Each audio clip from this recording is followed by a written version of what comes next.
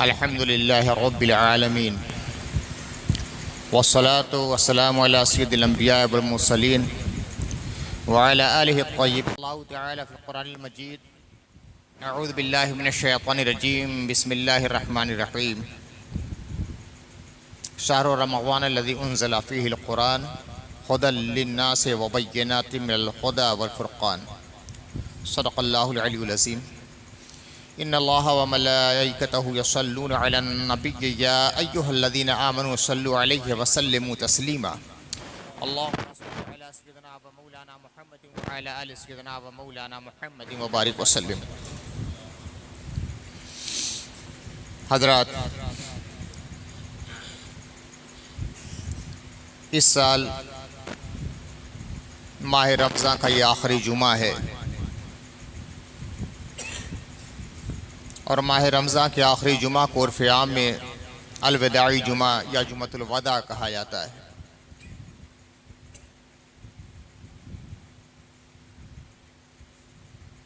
छप्पन साल की मेरी उम्र हो गई,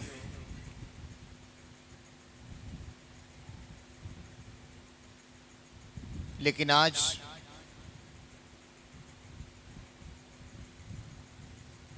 मस्जिद में जो माहौल मुझे नज़र आ रहा है 56 साल की उम्र में मैंने कभी नहीं देखा था। हर मुसल्ली के दाहिने बाजू पर काली पट्टी लगी हुई है। ये मंजर मैं पहली बार देख रहा हूँ कि जितने मुसल्ली हैं, बूढ़े हैं, जवान हैं, बच्चे हैं, कमज़ोर हैं, तंदुरुस्त हैं, सबके बाजू पर काली स्याह पट्टी लगी हुई है। आखिर क्यों? लिबास सबके अलग अलग हैं, लिबास के रंग अलग हैं, उसकी हैयतें अलग हैं, मगर सब इस मामले में मुत्तहिद हैं, अपने बाजू पर स्याह पट्टी बांधे हुए। ये क्यों है? ये एहतमाम क्यों किया गया? इससे पहले की नशिस्त में तकरीर में मैंने कहा था वक्फ तरमीमी बिल के बारे में। ये मीडिया का ज़माना है, हर आदमी मीडिया से करीब भी है, जानता है कि ये वक्फ तरमीमी बिल क्या है। हमारे अकाबिर ने अल्लाह की रज़ा के लिए और आवाम के फलाह व बहबूद के लिए बहुत सारी ज़मीनें अल्लाह के लिए वक्फ की थी, जिससे आवाम फ़ायदा उठाते हैं। कुछ कब्रिस्तान हैं, कुछ दरगाहें हैं, आस्थाने हैं, मस्जिदें हैं, मदरसे हैं। ये सब वक्फ की प्रॉपर्टीज़, ये हुकूमत की नहीं है।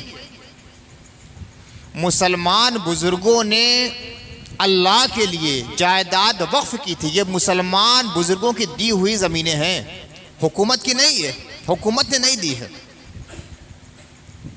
हर मज़हब के पास इस तरह की कुछ ज़मीनें होती हैं और उस मज़हब के मानने वाले लोगों का अमल दखल होता है। एक कमेटी होती है, मैनेजिंग बॉडी होती है। मंदिरों के पास ज़मीनें हैं, मठ के पास ज़मीनें हैं, लेकिन चंद सालों से हम देख रहे हैं कि हुकूमत की निगाह मुसलमानों की जानिब से बहुत ज़्यादा बदली बदली नज़र आती है। मैं खुशफहमियों में रहने वाला इंसान कभी नहीं, हमेशा ख़तरा से आगाह करता रहता हूँ।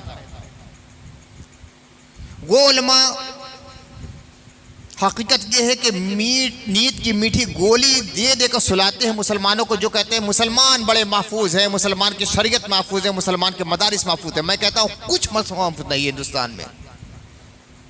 ये हकीकत है कि अल्लाह अपने दिन की हिफाजत करने वाला है। ये हकीकत है कि मुसलमान की हिफाजत करने वाला अल्लाह है। ये हकीकत है कि हमारे मसाजिद और मकातिब के लिए, मदारिस के लिए अल्लाह की मदद भी नाजिल होती रही है। मगर स्पेन का मंजर भी हमारी निगाह के सामने है। पूरे मुल्क से मुसलमानों का वजूद खत्म हो गया। आज हिंदुस्तान में स्पेन की तारीख पढ़ी जा रही है कि मुसलमानों के वजूद को कैसे खत्म किया जाए। बहुत खुशफहमी मत रहिए कि हमारा कुछ होने वाला नहीं है। और इस खुशफहमी में मत रहिए कि फ़िरौन भी ख़त्म हो गया, नमरूद भी ख़त्म हो गया, ये हुकूमत भी ख़त्म हो जाएगी। फ़िरौन को ख़त्म करने के लिए कोई मूसा खड़ा हुआ है, नमरूद को ख़त्म करने के लिए कोई इब्राहिम आगे बढ़ा है। लेकिन आज हकीकत यह है कि नमरूद भी दुनिया में है, फ़िरौन भी दुनिया में है, मगर मूसा और इब्राहिम का मानने वाला और सच्चा मुक़ल्लिद हमें नज़र नहीं आता। इसीलिए ये फ़िरौनी नमरूदी हुकूमतें मजबूत से मजबूतर होती चली जा रही हैं। तस्वीर का एक रुख मत देखा कीजिए, तस्वीर का दूसरा रुख भी देखा कीजिए। फ़िरौन उस वक्त ख़त्म हुआ जब कोई मूसा आगे बढ़ा है, नमरूद उस वक्त ख़त्म हुआ जब कोई इब्राहिम आगे बढ़ा है। यूं ही ख़त्म नहीं हो गए ये सब, वरना स्पेन की तारीख भी हमारे सामने है कि जिस मुल्क पर हमने सदियों हुकूमत की थी और अपने इल्म का परचम लहराया था, उसी स्पेन से हमारा नामो निशान मिटा दिया गया। मस्जिदें, मकतबे, मसाजिद सब खत्म कर दी गई। हिंदुस्तान का माहौल बहुत खराबी की तरफ जा रहा है। हकीकत यह है कि हुकूमत की बिल्कुल निगाह बदली हुई है। बाबरी मस्जिद का जो मामला आया आप जानते हैं, निहायत गैर मुंसफाना फैसला हुआ, मगर हमने पूरी मुल्लत इस्लामिया ने इस फैसले को कबूल किया मजबूरी के बिना पर कि मुसलमान अमन चाहता है, अपने मुल्क को खराब करना नहीं चाहता। ट्रिपल तलाक का मसला आया, हमारी जबानें खामोश रही।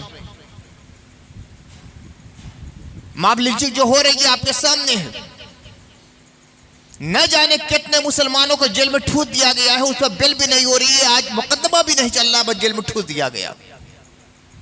और यह भी हो रहा है कि 8-8, 10-10 साल के बाद फैसला होता है और बरी साबित होता है, वो नौजवान मुसलमान बरी साबित होता है कि इस गुनाह में वो मुलव्वस नहीं था, मगर वो 8-10 साल जो जेल में गुजरता है कैसा गुजरता है। ज़हनी एतबार से इंसान मफलूज हो जाता है। 10 साल जेल की कालकोठी में रहने के बाद वापस आने वाला इंसान कुछ करने के लायक नहीं होता, उसका कैरियर खराब हो जाता है, उसका तालीमी ज़माना खराब हो जाता है, उसकी फिक्र मफलूज हो जाती है, एहसास से कमतरी इब्तला हो जाता है। वो 10 साल कहां से लौटा कर लाया जाएगा, कहां से लाओगे तुम?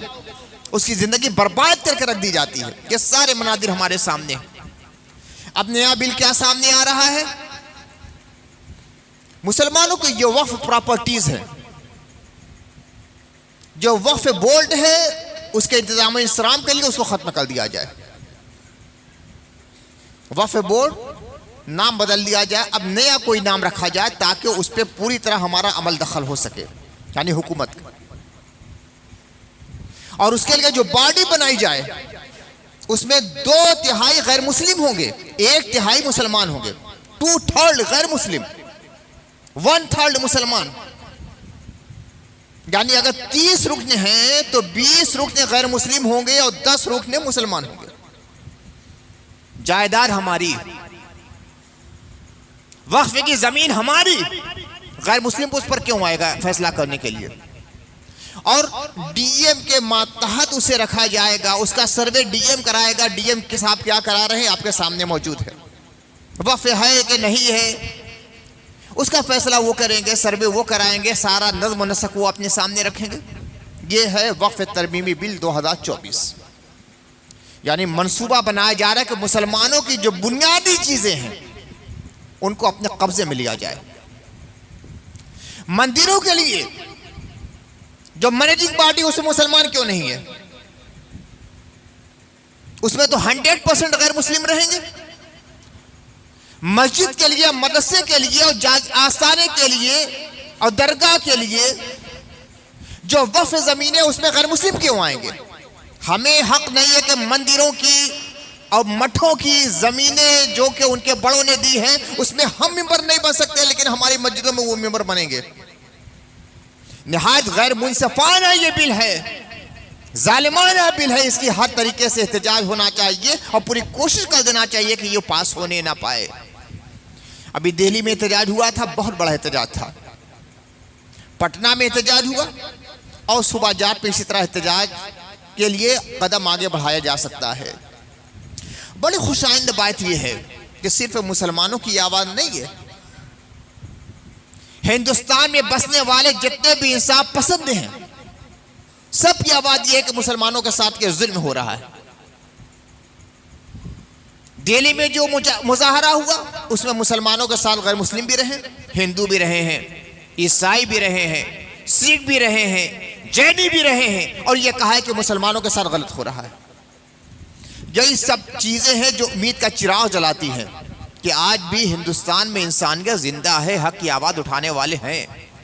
तो मुसलमानों, तुम तन्हा नहीं हो, तुम्हारे साथ हिंदुस्तान का हर इंसान पसंद आदमी है, चाहे किसी मजहब का हो, और उसकी कदर हम करते हैं। उनको मुबारकबाद पेश करते हैं कि आपने हमारी आवाज से आवाज मिलाई। सियासी पार्टियां इसका साथ दे रही हैं, सिवाय वो लोग जो भाजपा के हलीफ हैं। उनका तो मकसद ये है कि वह बिल पास हो जाए। लेकिन जो इंसाफ पसंद हैं, जो जमहूरियत के सुतून को हिंदुस्तान में मजबूत रखना चाहती हैं, वो ये कहती है कि नहीं, ये गैर मुनसिफाना अमल है, मुसलमानों के साथ जुल्म की आवाज उठाई जा रही है, इसके खिलाफ आवाज उठाना जरूरी है और इसका सर कुचलना जरूरी है। मुस्लिम फैसला बोर्ड की तरफ से ये ऐलान हुआ था कि जुमतुल विदा में मुसलमान नमाजी आए तो अपने बाजू पे स्याह पट्टी बात कराएं। हम मुजाहरा भी करते हैं तो अमन के साथ करते हैं।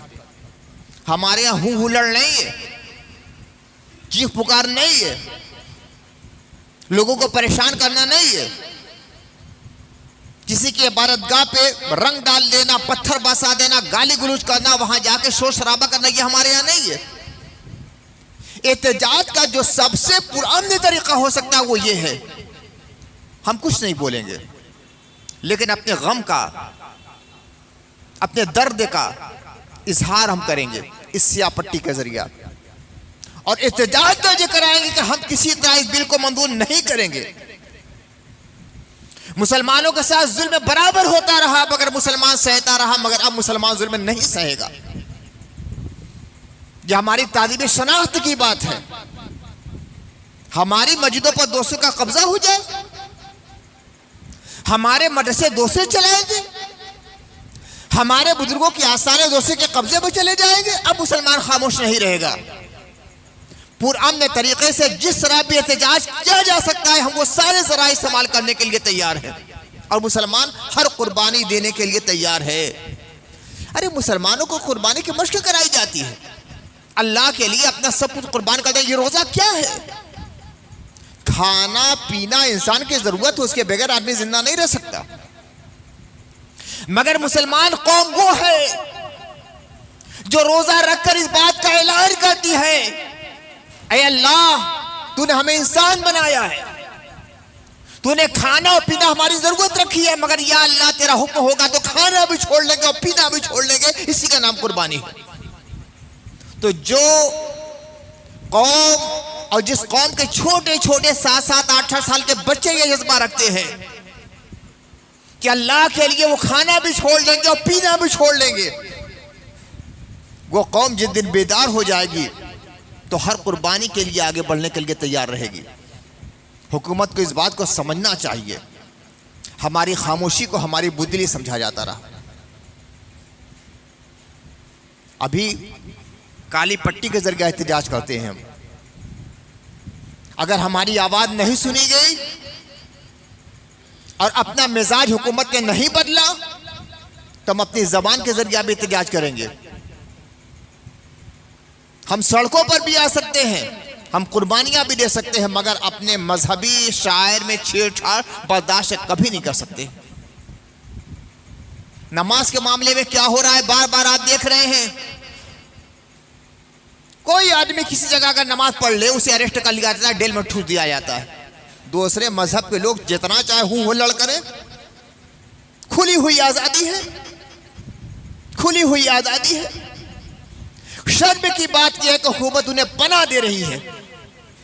मैंने इससे पहले तकरीर में कहा था कि मेरे लिए बहुत कर्म अंगेज बात यह है कि मस्जिदों पर तिरपाल लगा दिया गया है कि रंग ने ना पढ़ने पाए। होना यह चाहिए था कि हुल्लड़बाजों पे कंट्रोल किया जाता। खबरदार मस्जिदों पे रंग पड़ा तो तुम्हें जेल में ठूस दिया जाएगा, ये होना चाहिए था। मगर हुआ क्या? तिरपाल से ढक दिया गया। अब रंग फेंक रहे तो तिरपाल पर जा रहा है, मस्जिद पर तो नहीं जा रहा है ना। यानी जालिमों और दहशतगर्दों और हुल्लड़बाजों के हाथों में हुकूमत आ गई है और हुकूमत उनके हाथों में खेल रही है। अब मिजाज बदलना पड़ेगा। सब्र की भी एक हद होती है, लेकिन सब्र का पैमाना जब लबरेज होता है तो वो पैमाना बड़ा जहरनाक हो जाता है। आप लोग नमाज के लिए आए हैं अल्लाह के घर में, जुमतुल विदा अदा करने के लिए आए हैं अल्लाह के घर में, रोजा रख कर आए हैं अल्लाह के घर में, और अपने बादगों पे ये सियाह पट्टी बांध कर यही नहीं कि सिर्फ हुकूमत के सामने ये एहतजाज कर रहे हैं कि हमारे साथ जो गलत फैसला होने वाला उसे कत्ल रोका जाए, गैर मुंसिफाना अमल मुसलमानों के साथ ना किया जाए, इनकी जात के साथ, इनके मजहब के साथ, इनकी शरीयत के साथ, इनकी वक्फ इमलाद के साथ छेड़छाड़ न किया जाए। हम बड़े पुरअमन लोग हैं, हम फसाद नहीं चाहते, हम हिंदुस्तान के माहौल को खराब करना नहीं चाहते, हमें पुरअमन रहने दिया जाए, हमें अमन के साथ जिंदा रहने के लिए पूरी तरह छूट दी जाए। ये जमहूरी मुल्क है, कोई मजहबी मुल्क नहीं है। यहां के हर रहने वाले को, हर शहरी को अपने मजहब के मुताबिक अमल करने का पूरा पूरा अधिकार हासिल है। अब कोई ऐसा कदम ना बढ़ाया जाए जो मुसलमानों के तशख्खुस को पामाल करता हुआ नजर आए। जो जुमतुल विदा है, माह रमज़ान का इस साल का आखिरी जुमा, अलविदाई जुमा, अब रुखसत हो रहा है। माह रमज़ान रुखसत हो रहा है, उसे अलविदा कहा जाएगा। अल्लाह की बहुत बड़ी नेमत, खुदा की बारगाह से एक मेहमान हमारे पास आया था और खुदा की बारगाह में चला जाएगा।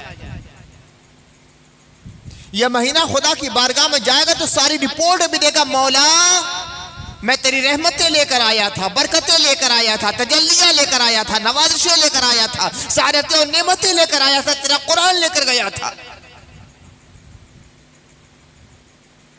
तेरे फला फला फला फला बंदे ने यह मामला किया। फला बंदे थे जो रो रहे थे, इल्तिजा कर रहे थे, इलाउजारी कर रहे थे, अपने गुनाहों को माफ करा लिया। फला फला बंदे थे, उसी तरह ऐशो इश्क़ की जिंदगी में मुलव्वस है। आका करीम सल्लल्लाहु अलैहि वसल्लम फरमाते हैं कि शब कद्र में अल्लाह ताला हर मुसलमान को बख्श देता है सिवाय चंद लोगों के, और तफसील उसकी बयान फरमाई और फरमाया कि जो शख्स महरूम रह गया रमज़ान के महीने में भी अल्लाह की मग़फ़िरत से, तो वो तमाम खैर से महरूम रह गया। अल्लाह ताला उन महरूम लोगों में हम लोग को शामिल ना फरमाए। अल्लाह की रहमत बढ़ रही है, नूरानियत के दरिया बह रहे हैं। आगे बढ़ो, सैराब हो जाओ, दामन फैलाओ, भर लो। अगर फिर भी कोई महरूम रह गया तो बहुत बड़ी महरूमी की बात है। आका करीम सल्लल्लाहु अलैहि वसल्लम की एक रिवायत है, मस्जिद नबी शरीफ है, हुजूर मिंबर पर तशरीफ लाते हैं, पहले जीने पर कदम रखा, कहा कि आमीन। दूसरे जीने पर कदम रखा, कहा कि आमीन। तीसरे जीने पर कदम रखा तो कहा कि आमीन। साहबा हैरान कि आज नया मंतर क्यों नजर आ रहा है। हुजूर सल्लल्लाहु अलैहि वसल्लम लोगों के क़ुलूब का जायजा लेते हैं, इरशाद फरमाते हैं, मैंने जब पहले जीने पे कदम रखा तो जिब्रील अमीन ने कहा, या अल्लाह,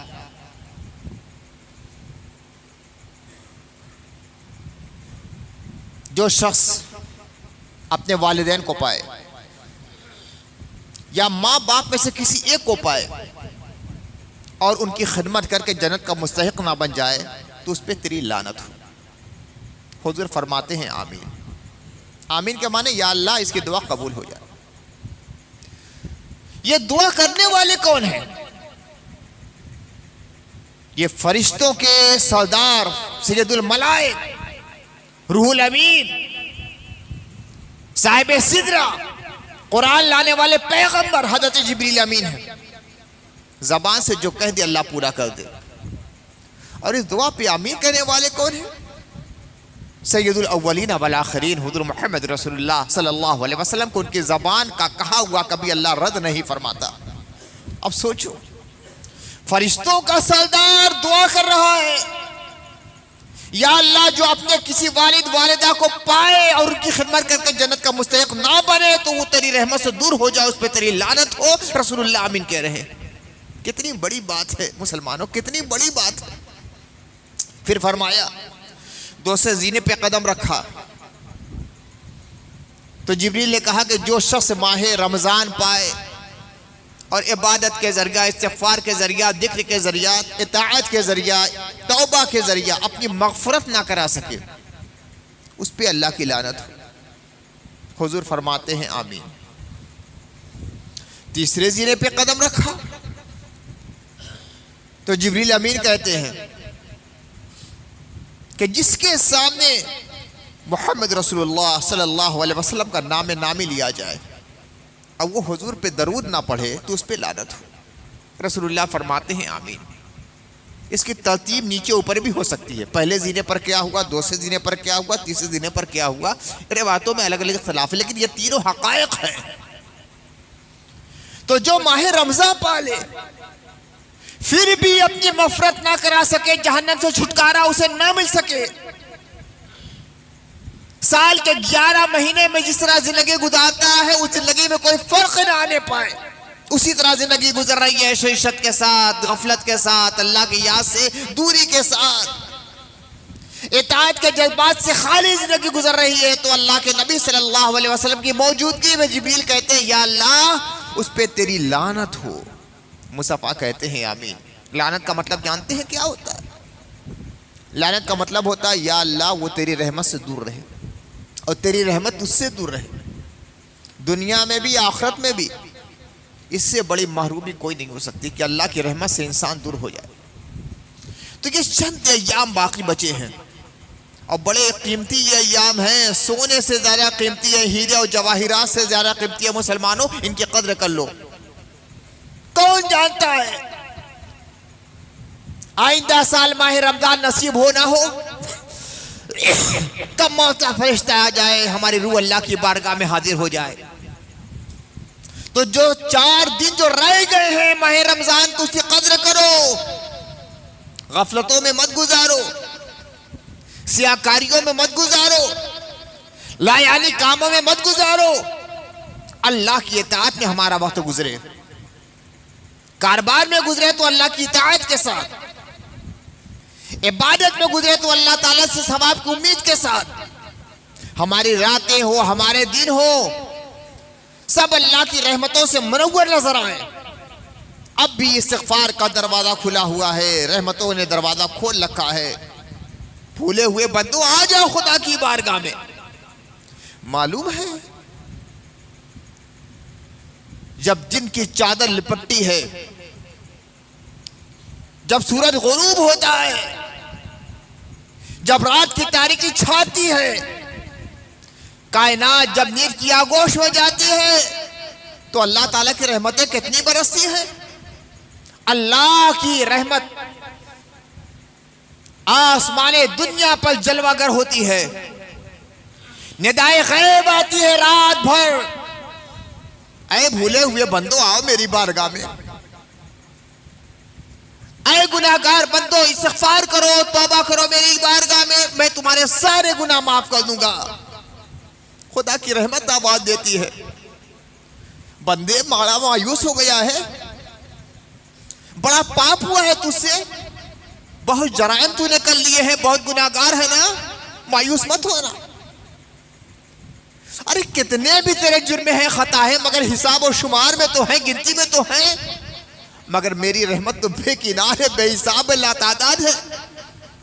फरमाया गया कि अगर इंसान के गुनाह समुंदर के झाग के बराबर हैं, सहरा के रेत के बराबर हैं, आसमान के तारों के बराबर हैं, मगर फिर भी अल्लाह की बारगाह में झुक कर कहता है, रब्बना ज़लमना अनफुसना व इल्लम तग़फिर लना व तरहमना लनकुनन्ना मिनल खासिरीन। मौला, हमने बड़ा जुल्म किया है, हमारे परवरदिगार तू जानता है, हमने बहुत गुनाह किया है, बड़े बड़े पाप मैंने कर डाले हैं। अगर तू हमें माफ नहीं करेगा, तू हमारे ऊपर रहम नहीं करेगा तो हम बड़े घाटे में हो जाएंगे। मौला हमें माफ फरमा दे। मालूम है जब बंदा ये दुआ करता है तो अल्लाह की रहमतें कितना बरसती है। ये दुआ हज़रत आदम की दुआ है, हज़रत आदम की दुआ है। जन्नत से जमीन पर आने के बाद 3 सदियों तक हज़रत आदम अलैहिस्सलाम आंसू बहाते रहे, रोते रहे। कहा वो जन्नत की फिजा, जन्नत की नेमतें, जन्नत की आबो हवा, जन्नत की बहारें, जन्नत के महल्ला, जन्नत की ग़िज़ाएं, वस्ले क़ुर्बे, अल्लाह की रहमत, सादतें, बरकतें सब मुयस्सर हैं। और जमीन पर आए तो गोया एक पर्दा पड़ गया है, हिजाब दर हिजाब, पर्दा दर पर्दा। वो नेमतें कहाँ मुयस्सर, वो क़ुर्बे की लज्जत कहाँ नसीब। अब तड़प रहे हैं, रो रहे हैं, इल्हा जारी कर रहे हैं, बेचैन बेकरार है। और यही दुआ करते रब्बना ज़लमना अनफुसना व इल्लम तग़फिर लना व तरहमना लनकुन्ना मिनल ख़ासिरीन। अल्लाह ने दुआ कबूल फरमा ली, इल्तिजा कबूल फरमा ली, फिर अपना क़ुर्ब और विसाल की लज़्ज़त अता फरमा दी। तो ये हज़रत आदम की दुआ है। उसी तरह ला इलाहा इल्ला अंता सुब्हानका इन्नी कुन्तु मिनज़ ज़ालिमीन, बड़ी मकबूल दुआ है। आयत करीमा इसे कहा था, ला इलाहा इल्ला अंता, मौला तेरे सिवा हमारा कोई माबूद नहीं, कोई माबूद नहीं, तू ही हमारा सब कुछ है। सुब्हानका, तू बड़ा पाक है, मैं खुद जालिमों में हूं। ये अपने जुर्म का इकरार है। एक तरफ अल्लाह की तहमीद है, उसकी तस्बीह है, उसकी तक़दीस है, उसकी पाकी का बयान है, उसकी तस्बीह है। दूसरी तरफ अपने जुर्म का इकरार है। ये दुआ हज़रत यूनुस अलैहिस्सलाम की है। यूनुस अलैहिस्सलाम अल्लाह के नबी और पैगंबर, मछली ने इन्हें निगल लिया था, पूरा का पूरा निगल लिया। बड़ी बड़ी मछलियां होती हैं भाई, व्हील मछली है, शार्क मछली है। और मछली के शिकम में जब गए तो यही दुआ की थी, ला इलाहा इल्ला अंता सुब्हानका इन्नी कुन्तु मिनज़ ज़ालिमीन। आप सोच सकते हैं कि जिस आदमी को मछली निगल ले, क्या वो मछली के शिकम से जिंदा वापस आ सकता है? लेकिन अल्लाह का बंदा वो है जो किसी आलम में अल्लाह को फरामोश नहीं कर सकता। वो नबी थे, वो अल्लाह के महबूब थे, अल्लाह के प्यारे थे, खुदा के मकबूल बंदे थे। शिकमे माही में जाने के बाद भी दुआ करते ला इलाहा इल्ला अंता सुब्हानका इन्नी कुन्तु मिनज़ ज़ालिमीन। अल्लाह ने हुक्म दिया, मछली मेरे यूनुस को तू निगल दे। मछली ने निगल दिया साहिल समुंदर पर, और फिर अल्लाह की रहमत से वो सेहतयाब हुए और दीन का फरीज़ा, तबलीग का फरीज़ा, दावत इलाही का फरीज़ा अंजाम देते रहे। तो ये वो दुआ है कि नामुमकिन को मुमकिन बना देती है। मछली के पेट में जाने के बाद भी इंसान जिंदा रहता है और बाहर आ जाता है, नामुमकिन का मुमकिन ही तो है। ये इस बात का इशारा है कि इंसान कितने तारीख फिजा में आ जाए। जैसे कि शिकमे माही कितनी तारीख फिजा है, हर तरफ से रास्ते जैसे बंद कर दिए गए हैं। तो इंसान इतनी मुसीबतों में घिर जाए कि हर तरफ से रास्ते बंद नजर आए, कोई रास्ता नजर नहीं आए कि जहां से निकासी हो सकती है। ऐसे आलम में भी अल्लाह को पुकारे और कहे कि ला इलाहा इल्ला अंता सुब्हानका इन्नी कुन्तु मिनज़ ज़ालिमीन, तो अल्लाह ताला निकासी का रास्ता पैदा फरमाता है। वमन यत्तक़िल्लाह यजअल लहू मख़रजा व यरज़ुक़हु मिन हैसु ला यहतसिब। जो अल्लाह का तक़वा इख्तियार करता है, अल्लाह ताला उसके लिए निकासी का रास्ता पैदा कर देता है।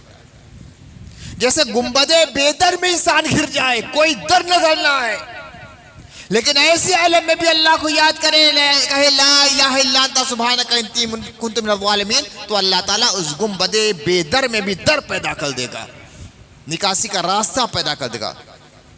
यजअल लहू मख़रजा, अल्लाह ताला उसके लिए निकासी की राह पैदा कर देता है। व यरज़ुक़हु मिन हैसु ला यहतसिब, और वहां से रिज़्क़ देता है कि आदमी सोच भी नहीं सकता है, गुमान भी नहीं कर सकता कि यहां से भी हमें रोज़ी मिलेगी। मेरे अजीजों, ये चंद अय्याम जो बाकी रह गए हैं, बड़ी कदर इसकी करना। बहुत कीमती अय्याम है। फिर जिंदगी में ये अय्याम आए ना आए, दुआ करो अपने लिए, दुआ करो अपनी कौम के लिए, दुआ करो मुसलमानों ने आलम के लिए, दुआ करो मुसलमानों की प्रॉपर्टीज के लिए, वफ़ की इमलाक के लिए, मस्जिदों के लिए, दरसगाहों के लिए, मदरसों के लिए, खानकाहों के लिए दुआ करो। और ख़ास तौर से दुआ कर गजा के मुसलमानों के लिए। बड़ी कर्ब की जिंदगी गुजर रही है मेरे भाई, बड़ी तकलीफ दे जिंदगी गुजर रही है। हमारे सामने से दस्तरखान लगे रहते हैं, तरह तरह के अनवा अक़साम के खाने हम इफ्तार कर लेते हैं, मगर कभी याद कर लेना उस वक्त कि हमारे गजा के मुसलमान भाई किस हालत में होंगे। टूटे फूटे मकानात का मलबा है, मलबे के पास बैठे हुए हैं। क्या है उनके पास? पेट भर के पानी पीने के लिए उनके पास नहीं है। पेट भर के पानी नहीं पी सकते। पाइप लाइन जितनी है सब खत्म हो गई, टूट फूट गई है। मिसाइल और बमों के जरिए सबको तहस नहस कर दिया गया है। खाने की बात आप क्या करते हैं? जो इमदादी चीजें जा रही थी उसको भी इसराइल ने रोक दिया है। सैकड़ों ट्रक लगे हुए हैं मगर अंदर एंट्री नहीं कर सकते। ग़िज़ाई अजनास वो खराब हो रहे हैं मगर एंट्री नहीं कर सकते। दाने दाने के लिए मोहताज बने हुए हमारे भाई हैं, हमारे बहनें हैं। हम तो अपने घर में सुकून के साथ इफ्तार करते हैं, सेहरी करते हैं ना, नमाजें सुकून के साथ पढ़ लेते हैं, मगर वो हमारे भाई और बहन जो गजा के हैं, क्या हो रहा है मालूम है? घर में अगर थोड़ा सा कुछ सामान है तो होता है कि सेहरी खा लिया जाए, घर के लोग बैठ जाते हैं। एक आदमी के लिए जो नाकाफी है, एक आदमी के लिए 10 आदमी उतना खाना पड़ता है। 10 आदमी मिल को उतना खाते हैं। किसी तरह बस सेहरी खा ले, सुन्नत तो अदा हो जाए, रोजा रखने के काबिल तो हो सके। थोड़ा सा पानी पी लिया घोटो घोट और थोड़ा सा खा लिया। और ऐन उस वक्त जबकि सेहरी खाई जाती है, इसराइल की तरफ से दंदनाते हुए मिसाइल आते हैं। मालूम है घर के सारे लोग सब शहीद हो गए। इन्ना लिल्लाहि व इन्ना इलैहि राजिऊन। इस हालात में हमारे मुसलमान भाई हैं, हमारे मुसलमान बहनें हैं, बच्चे छोटे छोटे हैं। उनको अपनी दुआ में कभी मत भूलिएगा।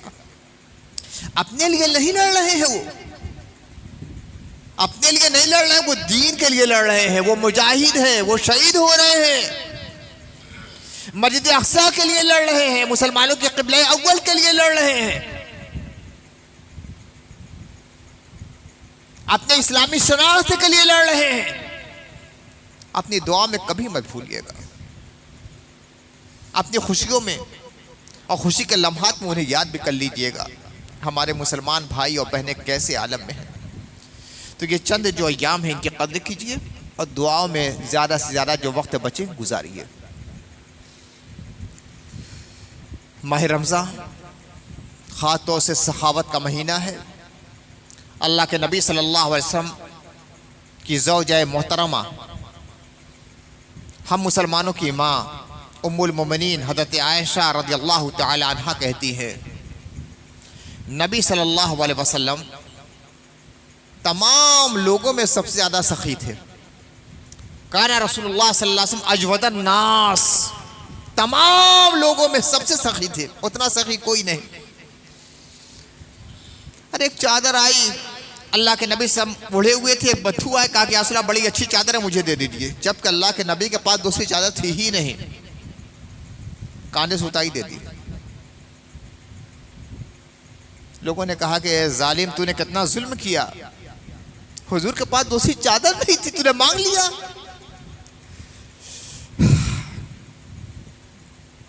कैसी आशिक थी। कहा कि मैंने सिर्फ इसलिए मांगा है कि चादर मुस्तफ़ा के बदन से लग गई थी। मैं वसीयत करूंगा कि मैं मरूं तो इसका मेरा कफन बनाया दिया, ताकि कब्र में रहूं तो मुस्तफ़ा की निस्बत मेरे साथ है, मेरी मग़फ़िरत हो जाए, बख्शिश हो जाए। तो मुस्तफ़ा काना रसूलुल्लाह सल्लल्लाहु अलैहि वसल्लम अजवदन नास, लोगों में सबसे ज़्यादा सखी थे।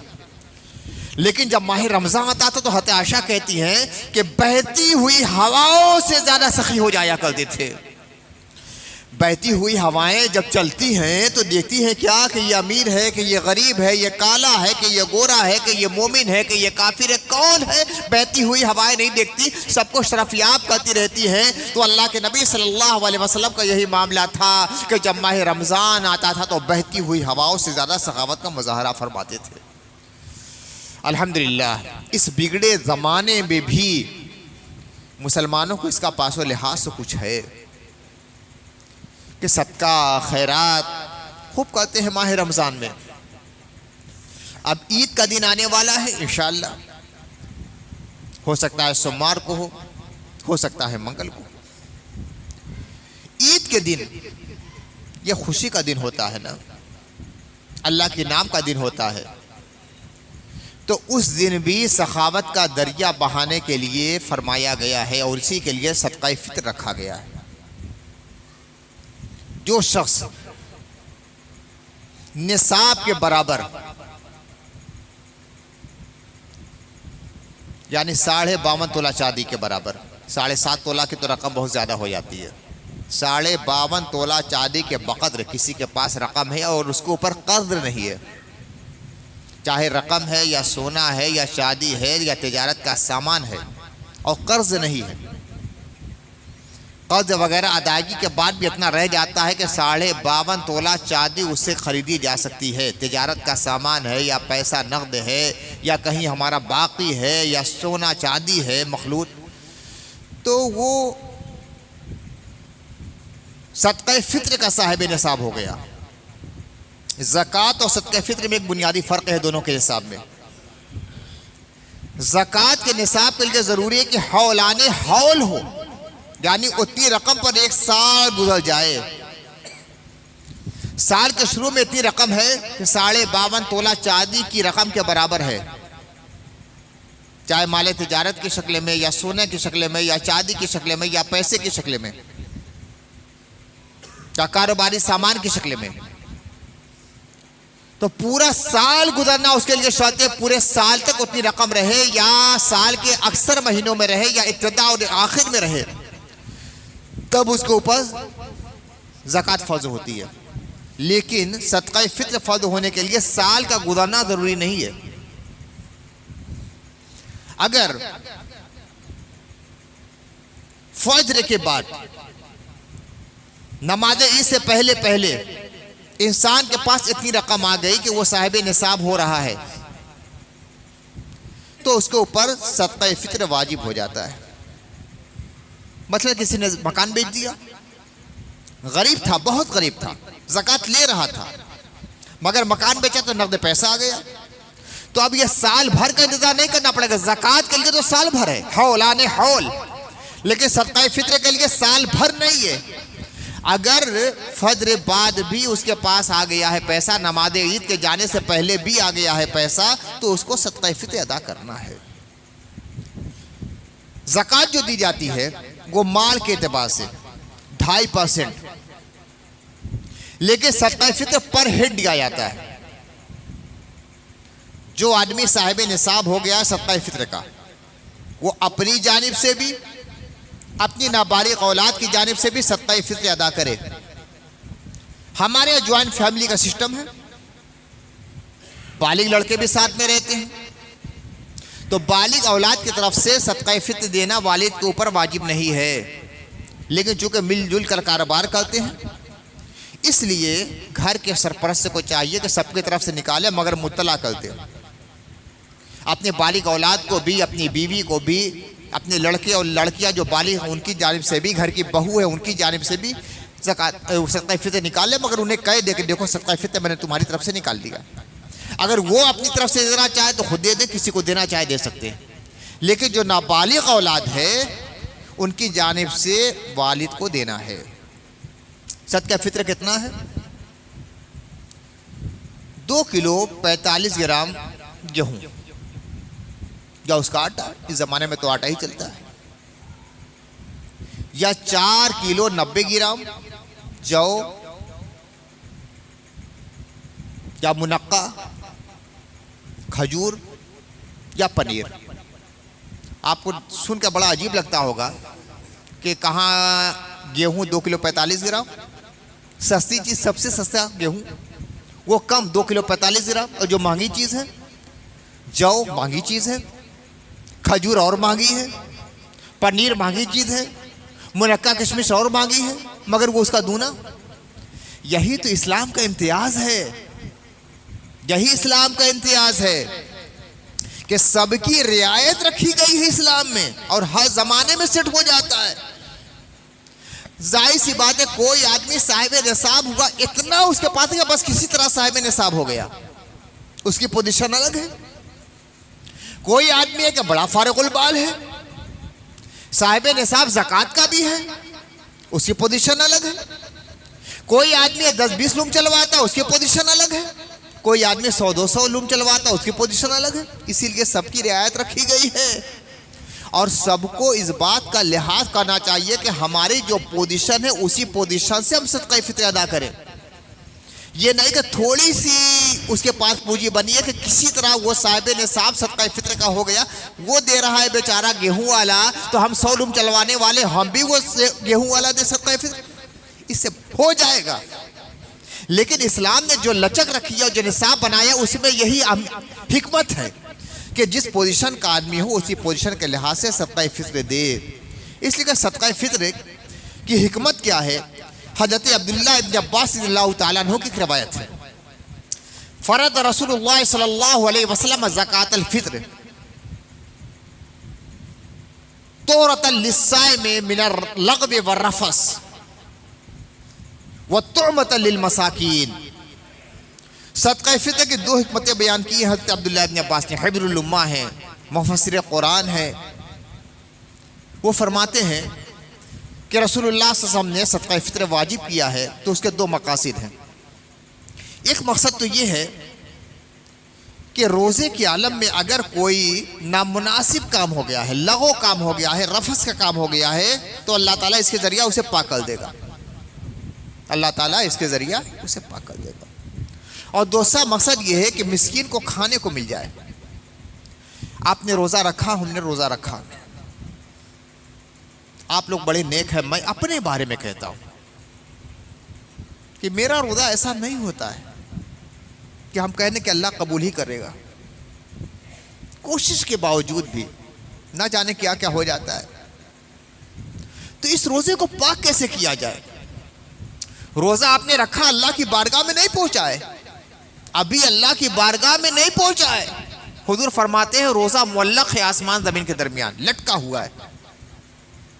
अगर आदमी साहिब निसाब हो गया सदका फित्र का, जब सदका फित्र अदा कर लेगा तब अल्लाह की बारगाह में पहुंचेगा, तब अल्लाह की बारगाह में पहुंचेगा।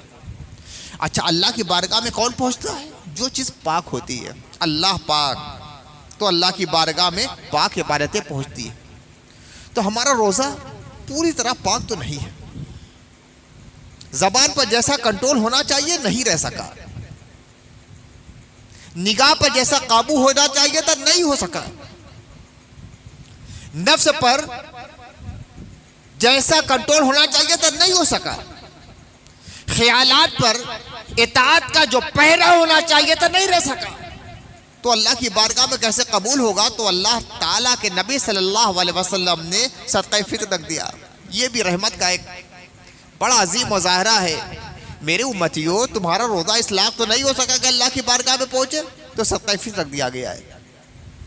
जब सदका फित्र अदा करोगे तो तुम्हारा रोज़ा पाक हो जाएगा, और जब पाक हो जाएगा तो उस पाक बारगाह में पहुंच जाएगा। दूसरी हिकमत यह है कि ये ईद का दिन है, खुशी का दिन है, तो तुम्हारे कुछ भाई गरीब भी होंगे, मिस्कीन हैं, फ़कीर हैं, तो ईद के दिन या उससे 1-2 रोज़ पहले उनके घर पैसा पहुंचा दो ताकि तुम्हारी खुशी में शामिल तो हो सके। तुमने अपने घर में तरह तरह के खाने रख दिए हैं, तो तुम्हारे गरीब भाई बहन के घर का चूल्हा खाली ना रह जाए, वहां भी कुछ पक जाए। इसलिए सदका फित्र की रकम उनके घर पहुंचा दो। और अगर किसी शख्स पर सदका फित्र वाजिब होता है और सदका फित्र अदा नहीं करता, तो ना अल्लाह की बारगाह में उसका रोज़ा कबूल होगा, ना ईद की नमाज कबूल होती है। अगर कोई आदमी किसी वजह से भूल गया है तो ईद की नमाज के बाद भी उसे ज़रूर अदा करे, तभी अल्लाह की बारगाह में वो नमाज कबूल होती है। हर आदमी साहिब निसाब नहीं होता। लेकिन मुसलमान अगर गरीब भी है, मिस्कीन भी है, फ़कीर भी है, तो बहुत से ऐसे होंगे जिनका दिल तड़पता है, या अल्लाह तूने हमारे भाइयों को गनी बनाया, उन्हें साहिब निसाब बनाया, उन्होंने ज़कात दे दी, सदका फित्र दे दिया, हम तो मारूम रह गए ना। लाखों लाख ऐसे मुसलमान भाई बहन हो गए जो तड़प रहे हैं। लेकिन या अल्लाह तेरी शान करीमी के कुर्बान, या मुस्तफ़ा आपकी रहमतुल्लाह अलैहि पर सदक़े, कितना करम आप हज़रत ने फरमाया है। कभी कभी गौर कीजिए तो गरीबी भी अल्लाह की नेमत मालूम होती है। जो आदमी गनी है, साहिब निसाब है, उसने रोजा रखा, अल्लाह की बारगाह में कबूल नहीं हुआ। ईद फित्र की नमाज पढ़ ली, सदका फित्र नहीं दिया, कबूल नहीं हुआ, वो नमाज अल्लाह की बारगाह में नहीं पहुंचेगी। लेकिन ये गरीब है बेचारा, वो फकीर है, वो मिस्कीन है, वो मालिक निसाब नहीं, तो उसके लिए ये शर्त नहीं है कि सदका फित्र दोगे तब अल्लाह की बारगाह में पहुंचेगी। इधर उसने रोजा रखा, उधर अल्लाह की बारगाह में पहुंच गया। उसके नमाज की कबूलियत के लिए ये शर्त नहीं कि सदका फित्र दोगे तब कबूल होगी, जैसे ही नमाज अदा करेगा अल्लाह की बारगाह में कबूल होगी। तो अगर दुनिया में कुछ परेशानियां हैं तो अल्लाह ताला ने उससे बहुत ज़्यादा वुसअतें और रहमतें उसके लिए रख दी है। तो मेरे गरीब भाइयों, मायूस होने की ज़रूरत नहीं है। तुम्हें अल्लाह ने अगर कुछ आसाइशों से महरूम दुनिया में रखा है तो उससे बहुत ज़्यादा रहमतों के दरवाजे भी खोल दिए हैं। अमीरों के लिए, गनीयों के लिए, मालदारों के लिए तो बहुत पाबंद दिया है, तुम्हारे लिए कोई पाबंदी नहीं। रोज़ा रखते हो, जैसे इफ्तार करते हो और कहते हो इंशाअल्लाह ताला, तुम्हारा रोज़ा अल्लाह की बारगाह में कबूल हो जाता है। ना सदका फित्र की शर्तें होती है, ना कोई दूसरी शर्तें होती है। कितनी कीमत होती है मैं ऐलान नहीं कर रहा हूँ।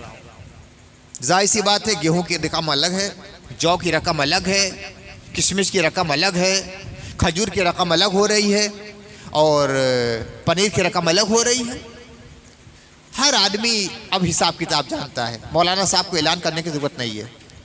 गेहूं 2 किलो 45 ग्राम, जौ 4 किलो 90 ग्राम, खजूर 4 किलो 90 ग्राम, किशमिश 4 किलो 90 ग्राम, मुनक्का हो किशमिश हो, पनीर 4 किलो 90 ग्राम। जितनी रकम हो रही है, आप जिस तरीके से देना चाहें आप दे दीजिए। आप गेहूं की रकम देना चाहे दे सकते हैं, जौ की रकम देना चाहते हैं दे सकते हैं, पनीर की रकम देना चाहते हैं दे सकते हैं, पनीर दे सकते हैं या पनीर की रकम।